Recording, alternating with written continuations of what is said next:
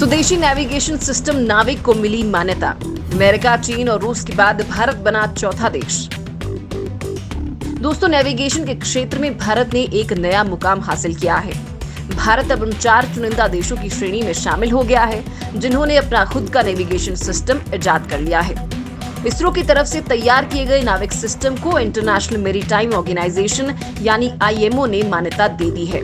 इसरो के मुताबिक IMO NavIC को world wide radio navigation system के तौर पर मान्यता दे दी है। ये मान्यता नवंबर के महीने में IMO के एक 102वें सेशन में दी गई थी। इसरो के मुताबिक IMO की मैरीटाइम सेफ्टी कमेटी ने NavIC को सभी ऑपरेशनल जरूरतों पर खरा पाते हुए समंदर में नेविगेशन करने में मदद करने की हरी झंडी दे दी है। दरअसल 11 नवंबर को भारत ने अपनी खुद की भारतीय क्षेत्रीय नौवहन उपग्रह प्रणाली को हासिल कर लिया था। ऐसा करने वाला भारत दुनिया में चौथा देश बन गया है। इसके पहले ये सिस्टम सिर्फ अमेरिका, रूस और चीन के पास ही था। ये एक क्षेत्रीय स्वायत्त उपग्रह नौवहन प्रणाली है जो भारत सरकार की अधीन है। PM मोदी ने इसका नाम भारत के मछुआरों को समर्पित करते हुए नाविक रखा है। इसे हिंद महासागर में जहाजों के नेविगेशन में सहायता के लिए सटीक स्थिति सूचना सेवा प्रदान करने के लिए डिजाइन किया गया है। ये भारतीय सीमा में लगभग 1500 किलोमीटर तक फैले हिंद महासागर में अमेरिका के स्वामित्व वाली ग्लोबल पोजिशनिंग सिस्टम यानी GPS की जगह लेगा। नाविक 55 डिग्री ईस्ट लॉन्गिट्यूड से 50 degree north latitude, 110 degree east longitude और 5 डिग्री साउथ लैटिट्यूड के क्षेत्र में नेविगेशन में मदद कर सकता है। IMO के इस विशेष अधिवेशन में भारत की तरफ से डायरेक्टरेट जनरल ऑफ शिपिंग, जहाजरानी और बंदरगाह मंत्रालय सहित इसरो के टेक्निकल टीम मौजूद थी। इसरो के मुताबिक NavIC को मान्यता मिलने से समंदर में नेविगेशन में तो मदद मिलेगी ही, साथ ही सर्व और जियोडेसी में भी मदद मिल सकेगी। इसके अलावा जमीन और हवा में नेविगेशन के लिए भी इस्तेमाल किया जा सकता है। साथ ही व्हीकल ट्रैकिंग और फ्लीट मैनेजमेंट, ड्राइवर्स यानी वाहन चालकों के लिए विजुअल एंड वॉइस नेविगेशन और प्रेसाइज टाइमिंग के लिए भी इस्तेमाल हो सकता है।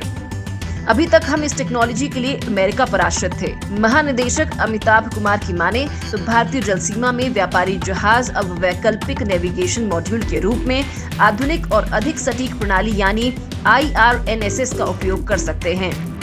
WWRNS और भारतीय नेविगेशन सिस्टम को GPS के समान रखा गया है, जिसका उपयोग दुनिया भर में आमतौर पर समुद्री शिपिंग जहाजों या रूसी global navigation satellite system GLONASS की तरफ से किया जाता है। GPS से ज्यादा एडवांस है भारत का नाविक।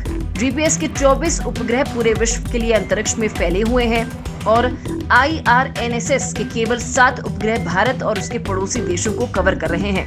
GPS के उपग्रह मध्यम पृथ्वी कक्षा में स्थित है, वहीं IRNSS के 7 उपग्रह भू समकालिक कक्षाओं में स्थापित है, इसलिए भारत के आसपास 1500 किलोमीटर क्षेत्र में एक रिसीवर के लिए हमेशा उसकी पहुंच रहती है।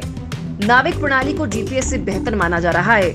इसका एक कारण ये है कि इसमें S और L बैंड की दोहरी आवृत्ति है, जबकि GPS केवल L बैंड पर ही निर्भर है। इससे उसे कई परेशानियों का सामना करना पड़ता है। जब कम आवृत्ति वाले संकेत वायुमंडल में यात्रा करते हैं तो इसके वेग में बदलाव हो जाता है। इस कारण इस मॉडल को इसे समय समय पर अपडेट करना पड़ता है। वहीं नाविक के मामले में दोहरी आवृत्ति की देरी में अंतर को मापा जा सकता है और वास्तविक देरी का आकलन किया जा सकता है। इस तरह आवृत्ति की गलती खोजने के लिए नाविक किसी भी प्रकार से किसी भी मॉडल पर निर्भर नहीं है और ये GPS से अधिक सटीक है। नाविक सेवा को मोबाइल फोन के साथ भी जोड़ा जा सकेगा। इससे हाइकर्स और यात्रियों को नेविगेशन में आसानी होगी और दूर के इलाकों और पहाड़ों में भी इसका सामान्य इस्तेमाल किया जा सकेगा। नेविगेशन सिस्टम स्थलीय, हवाई और समुद्री नेविगेशन में सहायता करेगा। ये आपदा प्रबंधन, मैपिंग, भूगर्भीय डाटा कैप्चर करने, ड्राइवरों के लिए दृश्य और आवाज नेविगेशन के अलावा वाहन ट्रैकिंग और बेड़े प्रबंधन में भी मददगार साबित होगा। इसी के साथ किसी सैन्य मिशन पर हथियारों की आवाजाही और मिसाइल छोड़ने या उसे नेविगेट करने में और विमानों की ट्रैकिंग में भी इसका उपयोग किया जाएगा। हम भारतीय जिस GPS यानी ग्लोबल पोजिशनिंग सिस्टम का इस्तेमाल कर रहे हैं वो अमेरिकी है। अमेरिका ने 1973 में GPS पर काम शुरू किया था और इसने सन 1995 से काम करना शुरू कर दिया था।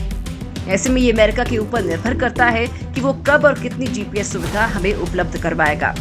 खासकर युद्ध या किसी प्राकृतिक विपदा के समय तो अमेरिका से उम्मीद ही नहीं की जा सकती है कि वो अपनी इस तकनीक को इस्तेमाल के लिए हमें दे।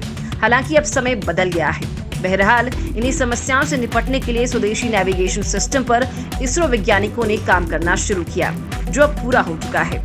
और उम्मीद की जा रही है कि जल्द ही इसकी सेवा भारत के लोगों को मिलने लगेगी, जिसका फायदा वे अपने मोबाइल पर भी उठा सकेंगे। अमेरिका, रूस और चीन वो देश हैं जिनके पास अपना स्वयं का नेविगेशन सिस्टम है। भारत अपना स्वतंत्र क्षेत्रीय नेविगेशन सिस्टम रखने वाला चौथा देश बन गया है।